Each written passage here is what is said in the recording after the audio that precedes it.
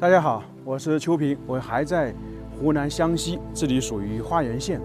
大家刚刚看到了没有？这里刚下完雨，那个雨中啊，那个雾气跟大山跟农村相结合，有点像仙气飘飘的感觉，非常漂亮啊。这里也属于大山深处。今天我们也是来探索一个苗寨。大家看到我现在走的这个地方呢，相当于是一个小道，也是通往这个苗寨的。我在网上看到这个苗寨说是不通公路，但是我刚刚开车进来转了一圈呢，它是这样的，就跟很多古村落一样的，它是寨子里面不通公路，公路能够通到外面，那里面呢就是层次感的。因为我们在航拍中看到，它这个寨子呢，相当于是在半山腰中。那么我们等一下去里面看一看它有什么特色，顺便问一下当地的村民为什么不搬出去。因为这个地方现在看起来有点像世外桃源，再久远一点呢，其实可以说是与世隔绝。这个寨子到底有多少年？为什么会选在半山腰作为聚集之地？现在去走一走，看一看。我们现在上山看一下。其实我来到湖北恩施，还有湖南湘西这些大山里面呢，其实发现很多村落呢，都是在山顶之上。所以有时候啊，交通不方便，就算修了公路，那个公路呢也比较窄，到处都能看到仙气飘飘的感觉。大家看看远方那个山顶上面，是不是像有点人间仙境的感觉？走这样的小道其实也很累的。最近啊，湘西都降温了，今天的温度才有10度，所以呢，我把冲锋衣换上了，里面还有保暖的，因为确实比较冷一点的。我现在爬山其实有点怕了，因为这2个月爬了太多山了。又下大了，已经进入这个寨子的里面了。一进来里面呢，发现很有意思的，就是菜园子。走到这些农村，不管是哪个地方的菜园子是太多了。所以农村的话，我们说吃的东西，为什么农家乐这么火，很多人愿意来农村，就是这个农村原生态的自给自足。又看到南瓜了，这个南瓜长得有点像葫芦娃呀。这一栋老房子还有很多鸡，所以说农家乐原生态的就是这个意思。整个这边的寨子都是这样阶梯上去的，因为我们在航拍的画面看得到，它是逐层上去的。因为山区的房子都是这样的，特别是在半山腰没有平地嘛，只能沿着山一直这样建上去。所以为什么这个村子里面不通公路，连摩托车、自行车都没法通，那只能到村口。这边的小道看到没有，树叶这么多，我感觉是不是很久没人走过一样的。若隐若现的苗寨的房屋出现了，我感觉一点，它这里的房屋啊，普遍都是木头的，就是木质结构的。我来到湘西还有怀化这边呢，看到很多房子是这样的，特别是农村。前几天我们去了凤凰一个苗寨，看到那个房屋是由石头和黄泥砖组成的，但这里就不是。也就是说，尽管说湘西这边很多苗寨，还有贵州都有，但是每个苗寨都是不一样的，建筑风格也不一样。看看这个房子很老啊，最起码可能我们别说几百年，70、80年的历史肯定是有的。这里也有自来水，所以这种大山上面的自来水，我估计是从顶部引流下来的。这里呢，可能还有人居住，看看能不能找到当地人。这个房子很有特点的，你看看这里都标明了花原县古民居保护点。你好，奶奶。哦，我过来玩的。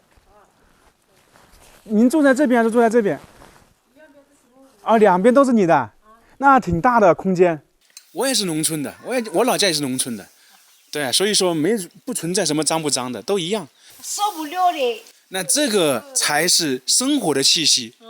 你说农村不就鸡鸭鱼吗？你看都养的自己种的，这不是刚好啊？你看城市都是买的，农村都是自己种的。像卫生也卫生不了，扫不去。啊，正常。我还挺喜欢农村的，你看这空气很好。哦。啊，这里面空间好大呀，感觉。我脏得很。啊，看一下，没事，不会脏，不会脏。我里面看看这里。哇，还有很多红薯梗，你们养了很多猪是吧？它这里的红薯梗就是用来喂猪的。其实我们那里也很多红薯梗，我们红薯梗还用来炒菜，还那个红薯叶做汤，那挺好的是吧？到你做嘛。行，跟着你去看一下，这里总共有多少户啊？现在有20户人家了。有。差不多。这个地方，你这个房子建了多久了？6年了。你这边全部是木房子，当时怎么没想到建砖房子呢？砖房子那个我们这里不方便。路不好走，因为没有汽车进不来。我们刚刚看到了这个房子啊，都是一家的。一来啊，他们就叫我吃饭，非常热情啊。他也跟我解释了，就那个大爷啊，他说为什么没有建砖的房子，因为就是这个村呐，这个寨子不通公路，所以呢，自然而然他们就在用木头建的房子。因为砖的话，建一栋房子要太多了，没有路的话弄不进来，很累，弄得进来的话成本也太大。你说这样的路，如果建房子用砖，大家都知道，一栋房子如果用砖的话，要非常多，你当然从外面挑进来是很难的。我们刚才看到那些小的公路啊，它货车是进不来的，所以你如果要建房子的话，弄砖的话，必须从山脚下挑上来，扛上来，那就很不方便了。来这边看一看，它这个水泥砖为什么能够弄进来呢？这可能很多人不懂啊。水泥砖是可以直接在这里的打造的，就是说有那种工具，有水泥或者有沙子的话，可以直接在家里弄，就不用去外面。但它这个沙子不知道是哪里弄过来的。看看这个房子也有很长的时间了。那这些密密麻麻的孔是什么呢？给大家解释一下。夏天有很多蜜蜂钻孔，这可能很多人又不知道了。一般这种房子啊，它是一层的，但是呢，可以明显的看出来高度还是挺高的。2楼相当于是隔层，是放东西的。这个大家见过吗？这个一般是捕鱼的吧，应该是。大山里面的情况，像房子啊，历史非常悠久。我们说的遮风挡雨那一块呢，用那种席子啊，就是相当于凉席类似的，也是用竹片编织起来的。以前晒稻谷就是这样的，你看看用那个挡住那些窟窿，所以就证明这些房子的时间非常悠久。还有一点非常特殊的就是，经常说这个房子，你看看用竹子弄成那个泥土啊，保暖、遮风、挡雨。先在里面弄竹子，然后把那个黄泥土啊弄在上面，就跟我们说的以前用黄泥土弄那个杂草一样的，敷在墙面上。那这个东西呢，绝大多数人都没有见过。所以说，这样的苗寨是不是跟你想象的当中是有点不一样？这里看起来是杂乱无章，但是有个很独特的东西。我们刚刚看到那个房子啊，用竹子编织而成，挡风的。然后这里呢，看到没有？树皮。我在这个寨子走了很长一段时间，都是这样的路，相当于绕山的公路一样的。你看看。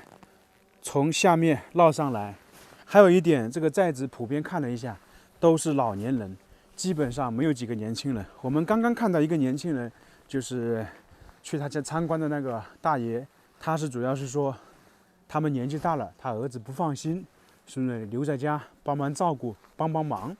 我估计这样的村落啊，再过几十年都没什么人居住了。为什么？因为年轻人现在是基本上不会返回这里居住的，来的话都是逢年过节来家里看看父母。如果假如说到时候父母不在了，他们都在外面有事业或者在外面买房的话，这些地方就不会来居住了，因为确实是不怎么方便，又偏僻，然后里面呢又没公路，都是这样的小路。不过走到这些地方，有一点感觉很好的就是空气非常清新，周边云雾缭绕，然后呢房间空间又大，基本上可以看得出来每家每户的房子的面积呢都非常大，每家每户旁边还放了很多柴火，还有鸡，因为农村嘛，自给自足，鸡鸭都是自己养的。那么柴火呢，是基本上这些农村做饭很多还是用柴火的。这个村子我们走了这么久，感觉大部分人家都锁门了，那估计都是出去打工了。看到那个这边的厨房就知道了，这个厨房的里面的灰尘呢都很大，去证明呢这个地方就是很久很久没有人打扫了。我们给大家再说一个东西，这个灶台大家应该很多人没见过吧，可能有些人在景区见过，现在农村还有很多灶台，就是农村一个这样的厨房啊，这里还不包括吃饭的，就当然做饭的这个地方都可能比城市一个卧室大。像这一栋房子就已经差不多废弃了，没人住了，看得出来窗户门都快没了，也就是说这栋房子啊再过几年就估计要倒塌了。所以农村呢，像这些慢慢的这样的村落啊，就会没有人居住的，会变成无人村的。这些房子基本全部锁住了，没人住了，太可惜了。我在这个苗寨待了差不多2个小时，看到的人不超过10个，就是看到那一家，然后看到那个几位老奶奶，其他人基本看不到了。这里呢，基本上我们也参观完了。你看看眼前我们看到这几栋房子呢，都是没有人居住的。在这个地方交通不是很方便，之前为什么会有人来这里居住呢？因为看房子的年限呢，都有100年，那么这个村落估计远远不止100年。我估计明清的时候就有人在这里居住。那么为什么搬过来呢？大家看过一部电视应该知道，或者电影《湘西剿匪记》。那么其实呢，这个湘西呢，在明清的时候有很多土匪，那么土匪呢肯定会打扰普通老百姓的生活。那老百姓呢，就我们说的，相当于是躲避灾难，躲避土匪，就一般选择这种比较偏僻的、交通比较不便的地方来居住，就躲避这些嘛。因为我们经常看很多村落也是躲避战乱的，还有那个湖北恩施那一块，你想有土石战争，所以很多老百姓呢就躲进那种崖居去生活，这里也是一样道理的。所以说，那么很多村民就来到这种半山腰居住。其实不光这里，我们看到下面的那些房子啊，一样的，这里属于大山深处。现在是说有那种马路，但是呢，现在的马路也比较小。那么在以前这里的道路啊更小的话，或者说没有马路，这个半山腰以及下面的可能都是为了躲避战乱、躲避土匪而居住的。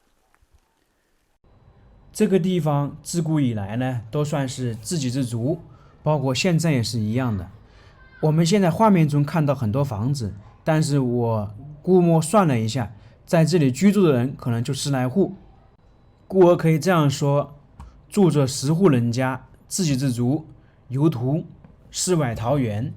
假如说，如果让你在这里居住，你愿不愿意？能不能住得习惯？